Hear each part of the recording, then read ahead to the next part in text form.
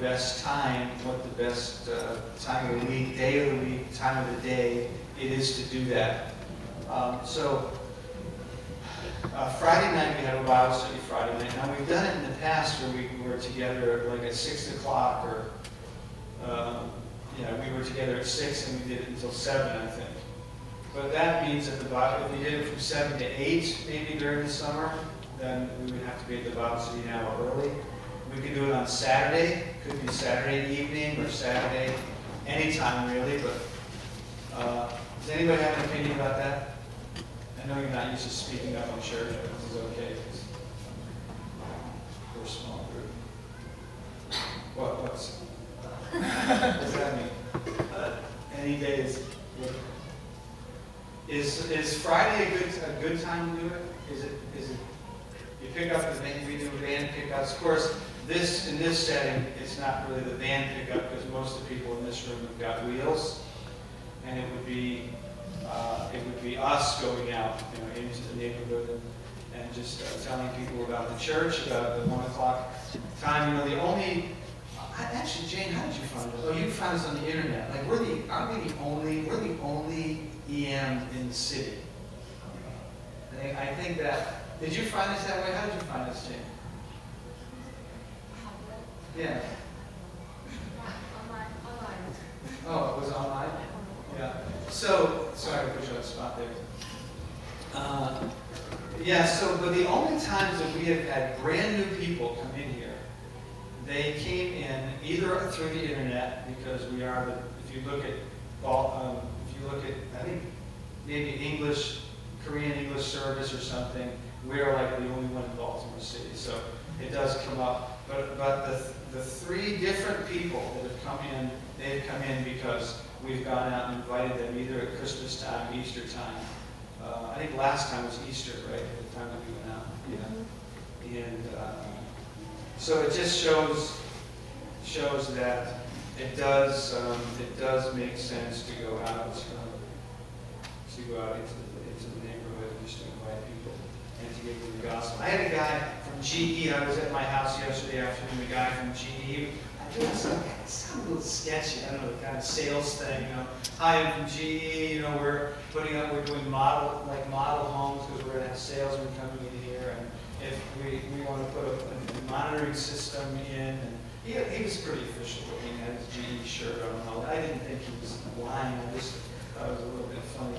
But anyway, I ended up saying, I think we're going to put our house up for sale, so I'm not really that interested. So I said, where are you from? He said, I'm from Samoa, which is a Polynesian area. I'm from Samoa, and I said, oh, well, where do you live? How long have you been in Baltimore? I've been here for a week. Oh, okay, you really know the area. And so we had a little conversation, and then, so he saw the sign on my door is a sign from Hungary. It's actually the street sign that was the building that we bought for the church. I stole the street sign off the building, thinking that God would forgive me for that little infraction. And I have it on the front of my door. It says 3 Golgotha Street. Golgotha Street is what our building. We bought a church building on Golgotha Street in Hungary. Anyway, so it's Golgotha Street. And the guy said, "What's that sign?" I'm from Hungary. Really, I was in Schengen.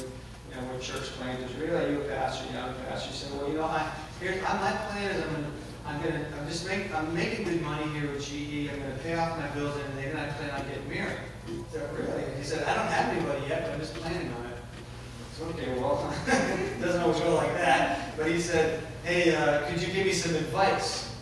So I was able to share the gospel with him and give him some advice about being content as he is, and let God bring something to him rather than him going on the hunt.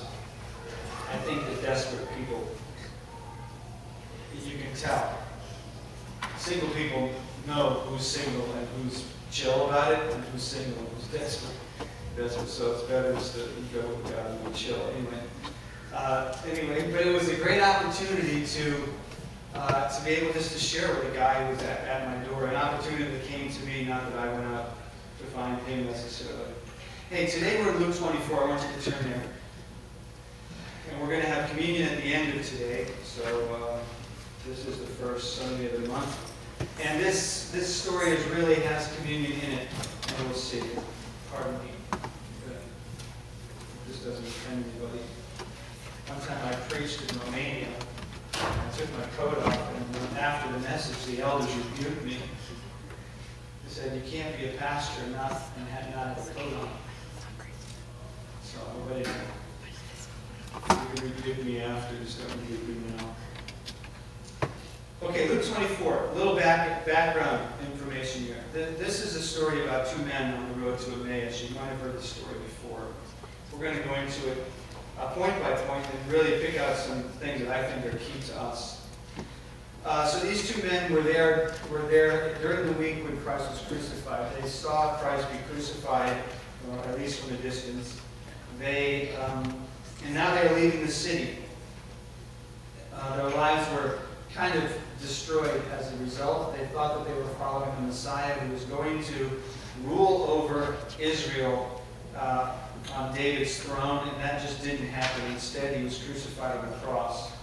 They did hear of some things about the resurrection, but needless to say, they decided it's better we're going to go home to Emmaus, pick up our lives there.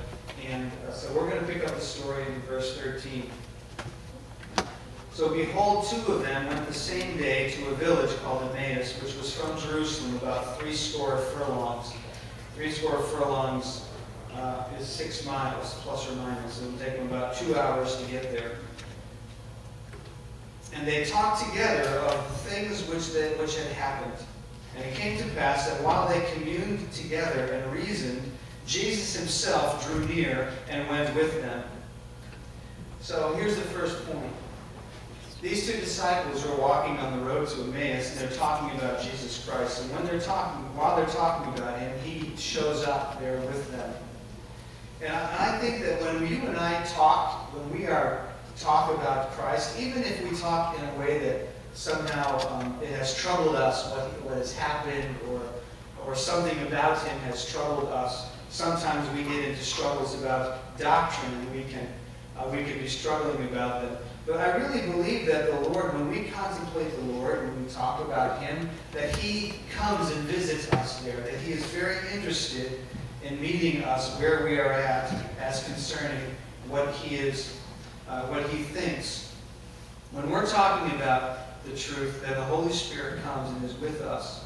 So here's for verse 15, here's my advice. As you go, speak to other saints about the Lord. Talk about his cross, the grave, resurrection, prayer, many aspects, because in these times he will come and visit us. And I know that when we are with our friends, there's lots of things we can talk about. But these two guys, even as they were leaving Jerusalem, they were talking about the Lord, and the Lord visited them there. So I encourage all of us to have a word and to just talk about things that are spiritual, even if it might end up a discussion, and even if we aren't so sure, but just to initiate spiritual discussion. Okay, verse 16, Luke 24:16. But their eyes were holden that they should not know him. Their eyes were holden. It means that their eyes were closed, right? They could not see the Lord. And the reason they couldn't see him is because of their interpretation of the events that had happened. In their eyes, here's what happened. We are following Christ the Messiah. He is here. He's proven to us that he is the Messiah because he has done miracles and many wondrous works. And so we believe that he is from God, and he is going to deliver us. So then, wait a minute, they're taking him. Wait, he's going to fight. No, he doesn't fight. His disciples picked up a sword and cut off a soldier's ear, and the Lord healed the soldier. He is being spat at, he is being beaten, he is being crucified, he is dead. Dead. And my life is over. My plans are done. Did not work out. Yeah, but don't you know that people said he rose, and we'll look at that a little bit later in the story. But I'm going to tell you a story that happened to me just last weekend, 2 weekends ago. I was up in Burnt Hills, which is where I grew up. And my brother-in-law's name is Jim. I call him Jimbo. Jimbo lives in a house in a neighborhood where a lot of the houses look alike. So I'm on my way up there. On my way up there, I saw all these rivers and lakes, and I'm a fisherman like crazy. So on my way up, I'm getting really tempted to fish. So I wasn't intending on fishing, but then I thought, I know, I'll call Jimbo and see if I can use his kayaks tomorrow morning. So I called up Jimbo. Sure, you can use them. I knew he was going to let me, because he's not up at that hour, and he doesn't mind me using his kayak. So he said, sure, you can use my kayak. So I'm thinking, okay, the kayak, I'm going to put it on the roof. If I get there at 10, I'll still have 4 hours or 5 hours of sleep. It's going to be okay. So I got this whole thing running in my head, right? So I pull into his driveway, and as I'm going up to his driveway, I look at the car in the garage and the car in the driveway, and it's a black GMC, and my sister-in-law drives a CRV, a Honda. So I thought, gosh, Karen must have got a new car. That's kind of cool. It's black and manly looking, a little beefy. So I go past the house and I take a look at the house and say, gosh, look at that. They did some work on the front. It's kind of looks a little bit different. Go right in the garage door. And there's a partition there. Like right as you walk in the door, there's a partition. Because I was looking, because he parks his Mustang inside the garage. So I was looking for his Mustang. Gosh, I wonder where he parks his Mustang. They put a partition up here, and so I knock on the door on my way by, and then I walk inside the door of the partition, looking for the light to figure out maybe the kayaks were there or something. And so, he comes to the door, and I look at him. I thought, gosh, I wonder if that's Jim's brother or something. Maybe his brother might be visiting. And I thought, well, he doesn't look like his brother. And then it hit me, it struck me. I had driven into the wrong driveway. This was not Jimbo's house at all, it was his neighbor's house. And so there I was, inside of his garage. I'm saying, wow, you are not Jim, are you? You are Jim's brother, Jim's neighbor. He said, yes, can I help you? I said, I feel really bad right now, but I was looking for Jim, your neighbor. I drove into there. He must have thought, like, are you on drugs or something? You drove into the wrong driveway?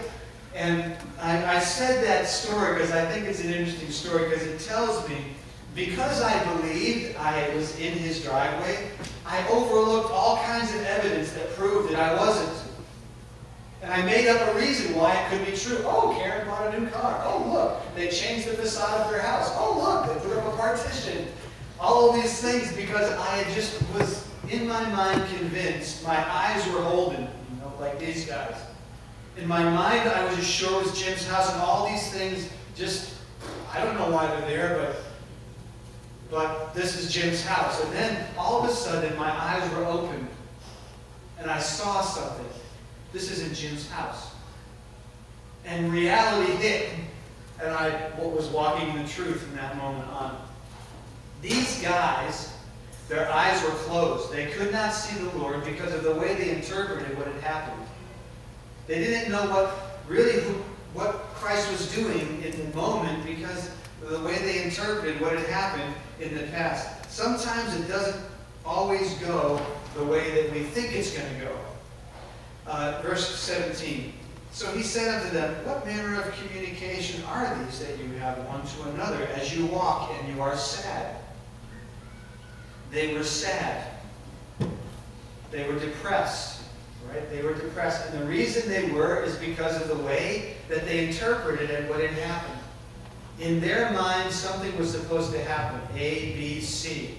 And what happened was like A, B, H or something. It went completely the wrong way. And they were left saying, our lives are done. We don't know where we're going. We're walking away from everything that we've lived for the last 3 years. We're going to have to retool and think about life another way. Even though, let's keep reading down for a minute. Verse 18, one of them, whose name was Cleopas, answering, said to him, are you only a stranger in Jerusalem? You don't know the things that have come to pass in these 3 days, in these days? And he said to them, what things? And they said, concerning Jesus of Nazareth. It's like they're saying, you idiot. We're talking about Jesus of Nazareth. Don't you know anything that's going on? And it's the Lord, Interesting. He has a great sense of humor. were concerning Jesus of Nazareth, which was a prophet, mighty in deed and word before God and all the people, and how the chief priests and our rulers delivered him to be condemned to death and have crucified him. But we trusted that it had been he which should have redeemed Israel. And besides all this, today is the third day since those things were done. They had an expectation of what Jesus was going to do. And I think we can be like this. We can believe that life should happen like this. And when it doesn't, we can become sad and depressed because it's not. And we could walk around when the Lord is with us, and we walk as if he's not with us at all. And if he would mention something, we would say, what? Don't you know what has happened? It was supposed to happen like this, and it didn't. I was supposed to do this, and once I did that, this was supposed to happen, and then I was going to be so happy that it happened, and I was going to live happily ever after, and it didn't happen that way. Where have you been? And of course, the Lord has been there all the time. And it's not that the Lord doesn't see our situation, the Lord doesn't see us, but really, it's the converse that is true. We don't notice, nor do we see him. Now, the interesting verses, I think, are these next. Luke 24:22. Yea, and certain women also of our company made us astonished, which were early at the sepulchre. When they found not his body, they came, saying that they had also seen a vision of angels, which said that he was alive. This is like me walking up to Jimbo's house. Oh, look, the wrong car's in the garage. It's like, well, women came, they were at the sepulchre, and they had a story of angels telling them that the tomb is empty and that the body was gone.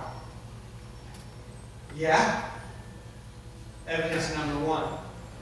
Verse 24, certain of them which were with us went to the sepulchre, and certain of them which were with us went to the sepulchre, and found it even so as the women had said. But they did not see the body. Evidence number two. So, the women came back saying, the tomb is empty, an angel told us he is risen. Oh, so some of us went, we went to the tomb, or they went to the tomb, and they came back saying the same thing. The tomb is empty. So evidence number two. I walked by the car. They go, gee, that's not her car. That's okay. She probably got a new one. Walked by the facade of the house. Gosh, there is a batten board, and this one's brick. She must have got brick on the front of her house. This is like what these guys are doing. Women said he rose from the dead, and angels spoke to them. Really? Huh. I'm so bummed out that Christ is not going to take over the Israel and redeem us. Hey, my other disciples went, they said, it's true that the tomb is empty. And, what do you know? I'm still bummed out because he was supposed to redeem us from the Romans. In verse 25, then he said unto them, O fools and slow of heart to believe that what all the prophets have spoken. Ought not Christ to have suffered these things and to enter into his glory? And beginning at Moses and all the prophets, he expounded unto them all the scriptures, the things concerning himself. Evidence number three is the Bible. Right? Jesus went from Moses and went through all the scriptures talking about things that related to him and the fact that he should suffer and die. Specifically, if you're taking notes, Psalm 22 and Isaiah 53 are major chapters in the Old Testament that talk about a man being crucified, Christ being crucified, Psalm 22, and then him being beaten for our transgressions as a lamb slain, and that's in Isaiah 53. So evidence one, the women came back. Evidence two, the other disciples came back. Evidence three is it was written in the scripture before you.